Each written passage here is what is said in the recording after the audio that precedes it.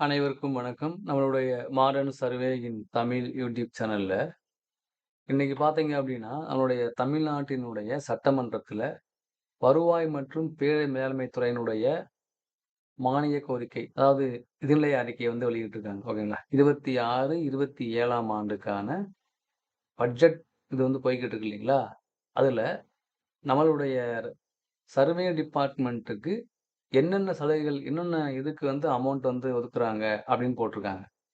அதுல வந்து மிக முக்கியமா என்ன அப்டின்னா, இப்ப உள்ள லேட்டஸ்ட் டெக்னாலஜியான டிஜிபிஎஸ் மூலமா நில அளவை சேவைகள பொதுமக்களுக்கு விரைந்து வழங்கக்கூடிய அளவுல ஃபீல்டு சர்வேயருக்கு பூகோள நிலைக்கலன், அதாவது டிஃபரன்ஷியல் குளோபல் பொசிஷனிங் சிஸ்டம் ரோவர்ஸ்னா வந்து மூவ் பண்ணிட்டே போகுதுன்னு அர்த்தம். ஸோ அந்த கருவிகள் வந்து வழங்கப்படும்ன்ருக்காங்க. இதுக்காக வந்து 136.68 கோடியில டிஜிபிஎஸ் ரோவர் வந்து வாங்க போறாங்க அப்படிங்கிறாங்க. புரிஞ்சுங்களா? இது வந்து மிக முக்கியமானது.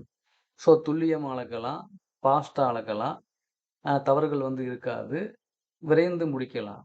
மேன் பவரும் அதிகமா தேவைப்படாது. ஓகேங்களா? ஸோ வந்து ஒருத்தரே போய் அளந்துறலாம். கூட ஒருத்தர் ஹெல்ப்புக்கு இருந்தா மட்டும் போதும். அதக்கூட நான் மேக்ஸிமம் வந்து என்னது தேவையில்ல. இந்த இன்ஸ்ட்ருமெண்ட் இருந்தா ஒரே ஆளே போய் நம்ம அளந்துறலாம். ஸோ இத வந்து ஒரு மிக முக்கியமான ஒரு காரணியா வந்து அவங்க வந்து யூஸ் பண்றாங்க.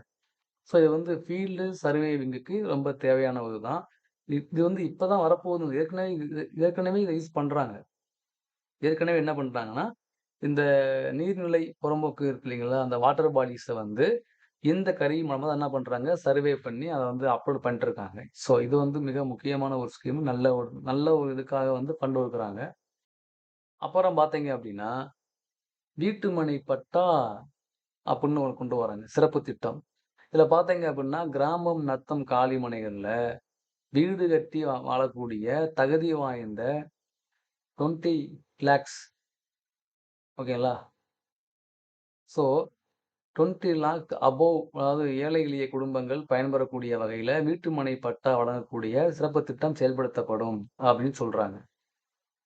ஓகேங்களா? அடுத்து பார்த்தீங்க அப்படின்னா, நம்மளுடைய வருவாய் துறையில 12,466 விஏஓக்கும் மற்றும் 1,253 குறுவட்ட வருவாய் ஆய்வாளர்களுக்கு ஆர்ஐக்கும் கையடக்க கணினிகள் வழங்கப்படும் அப்படிங்கிறாங்க. லேப்டாப்பா இருக்கலாம் அல்லது டேபா இருக்கலாம். ஓகேங்களா? ஸோ இதுக்காக பார்த்தீங்க அப்படின்னா, 68.63 கோடி வந்து என்ன பண்றதுக்கு அவங்க ஒதுக்குறாங்க. ஓகேங்களா? இது வந்து பார்த்தீங்க அப்படின்னா, வருவாய்த்துறையுடைய சேவைகள விரைந்து வழங்கணும்னு சொல்லி பண்றாங்க. ஓகேங்களா? இது வந்து இன்னைக்கு வந்து வெளியான அறிவிப்பு. அடுத்து பார்த்தீங்க அப்படின்னா, விவசாயிகள் மற்றும் நில உரிமையாளர்கள் பயன்பெறும் வகையில் ஆங்கிலேயர் காலத்து நிலவரி வசூல் 1436ஆம் பசலி ஆண்டு நடப்பாண்டுகள் ரத்து பண்றாங்க. ரத்து பண்ணி என்ன பண்றாங்க, இந்த பசலின்னு சொல்லுவாங்க. அது தெரியும் நெறைய பேத்துக்கு. அது என்ன பண்றாங்க, இனிமே அது கிடையாது. என்ன பண்றாங்க, அந்த இந்த வரி வசூல் பண்ணுவாங்க இல்லைங்களா? அத என்ன பண்றாங்க அவங்க அத கேன்சல் பண்ணி உத்தரவு போட்டிருக்காங்க. ஓகேங்களா? அடுத்து பார்த்தீங்க அப்படின்னா, இது வந்து மிக முக்கியமான ஒரு இது. இந்த பொதுமக்களுக்கு விரைவான நில அளவை வழங்கணும்னு சொல்லி 1500 பேருக்கு சிறப்பு பயிற்சி வழங்குறாங்க. யாரு இவங்க யாரு அப்படின்னா, நம்மளுடைய அ லேண்ட வந்து சர்வே பண்ணணும். பட்டா வந்து வேகமா வழங்கணும். பட்டாவினுடைய பேர் மாற்றம் பண்றது. இதுக்கெல்லாம் வந்து ரொம்ப ஃபாஸ்ட்டா ஸ்டெப் எடுக்கிறதுக்காக, தகுதி வாய்ந்த 1500 நபர்களுக்கு நில அளவை செய்யக்கூடிய பயிற்சி அளிக்கப்பட்டு, உரிமம் வழங்கி, ஓகேங்களா? லைசென்ஸ் வழங்கி, நில அளவை பணிகள்ல வந்து அவங்கள யூஸ் பண்ண போறோம் அப்படின்னு சொல்றாங்க. ஸோ 1500 லைசென்ஸ் சர்வேயர் போஸ்ட்டுகளுக்கான அறிவிப்பு வந்து என்னது விரைவில வெளிவரலாம். ஓகேங்களா? இதுதான் அதனுடைய இது. இதான் வந்து நம்மளுடைய வருவாய் துறையில அடுத்து பார்த்தீங்க அப்படின்னா, நம்முடைய வருவாய் துறையில நில நிர்வாக ஆணையரகத்துல இணையவழி மேலாண்மை அமைப்பு உருவாகுறாங்க. இது மூலமா என்ன ஆகும் அப்படின்னா, நம்மளுடைய கவர்ன்மென்ட் அப்புறம் வந்து பப்ளிக் அந்த இது இருக்கு இல்லைங்களா? அந்த நிறுவனங்களுக்கான லேண்ட் வந்து மாற்றம் பண்றது, லேண்ட் அது நில உரிமை மாற்றம் மற்றும் ஏழை மக்களுக்கான வீட்டுமனை பட்டா, இத வந்து விரைந்து வழங்கக்கூடிய வகையில நில நிர்வாக ஆணையகத்துல வந்து இணையவழி மேலாண்மை அமைப்பு உருவாக்கப்படும் அப்படின்னு போட்டிருக்காங்க. ஓகேங்களா? அடுத்து பார்த்தீங்க அப்படின்னா, அதாவது சென்னையில முதற்கட்டமா 12 சிறு வட்ட அலுவலகம் வந்து புதுசா வந்து உருவாக்குறாங்க. எதுக்காக அப்டின்னா, பொதுமக்கள் வந்து அவங்களுடைய இருப்பிடங்களுக்கு அருகிலேயே வந்து என்ன சேவை வேணுமோ, அத வந்து ஈஸியா போய் பெறுறதுக்காக ரூபாய் 1.02 கோடி வந்து ஒதுக்கி, ஃபர்ஸ்ட்டு பேஸ் 1 வந்து 12 சிறு வட்ட அலுவலகம் என்ன பண்றாங்க? உருவாக்குறாங்க. ஓகேங்களா? உருவாக்குறாங்க. அடுத்து பார்த்தீங்கன்னா, நம்மளுடைய வருவாய் துறையில பணிபுரியக்கூடிய இந்த ஆபீசர்ஸ் இருக்காங்க இல்லையா? அவங்கள பாதுகாக்க சிறப்பு பணி பாதுகாப்பு சட்டம் வந்து புதுசா கொண்டு வராங்க. வருவாய் மற்றும் பேரிடர் மேலாண்மை துறையில ஒர்க் பண்ணக்கூடியவங்க, அவங்க கடமைய செய்யும்போது, அதனால தாக்குதலுக்கு தாக்குதல் ஏற்பட்டு, அவங்க உயிர் மற்றும் உடைமைகளை பாதுகாக்க, சிறப்பு பணி பாதுகாப்பு சட்டம் வந்து இயற்றப்படும் அப்படின்னு சொல்றாங்க. ஓகேங்களா?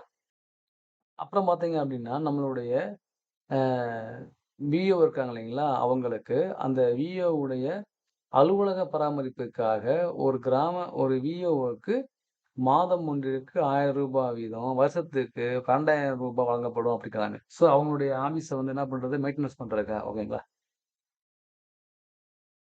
அப்புறம் பார்த்தீங்க அப்படின்னா, நம்மளுடைய ஹைவேஸ் வந்து புதுசா உருவாக்கணும் அப்படின்னா, அதுக்கு லேண்ட் நம்ம இது எடுக்கணும் இல்லைங்களா? லேண்ட் இது பண்ணணும். அக்விசிஷன் பண்ணணும். அதுக்கு பார்த்தீங்க அப்படின்னா, அந்த நடைமுறைய வந்து எளிமையாக்கி வந்து வெளியிட்டிருக்காங்க.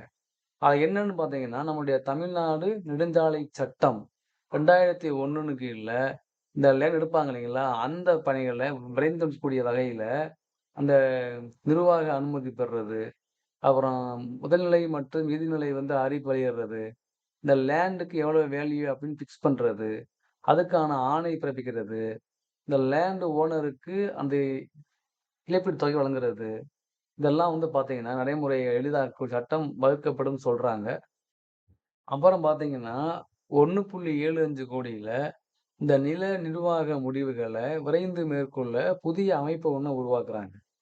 அதாவது நிலம் சம்பந்தமான கருத்துருக்கள் மீது விரைந்து முடிவெடுக்கும் வகையில, நில நிர்வாக ஆணையரகத்துல முடிவெடுப்பு ஆதரவு அமைப்பு உருவாக்கப்படும் அப்படின்னு சொல்லியிருக்காங்க. அதுக்கு ஃபண்ட் ஒதுக்கியிருக்காங்க. அடுத்து பார்த்தீங்க அப்படின்னா, நில சீர்திருத்த அந்த இது இருக்கு இல்லைங்களா? சட்டம் மூலமா அனுமதி வந்து ரொம்ப ஈஸியா வந்து கொண்டு வரப்போறாங்க.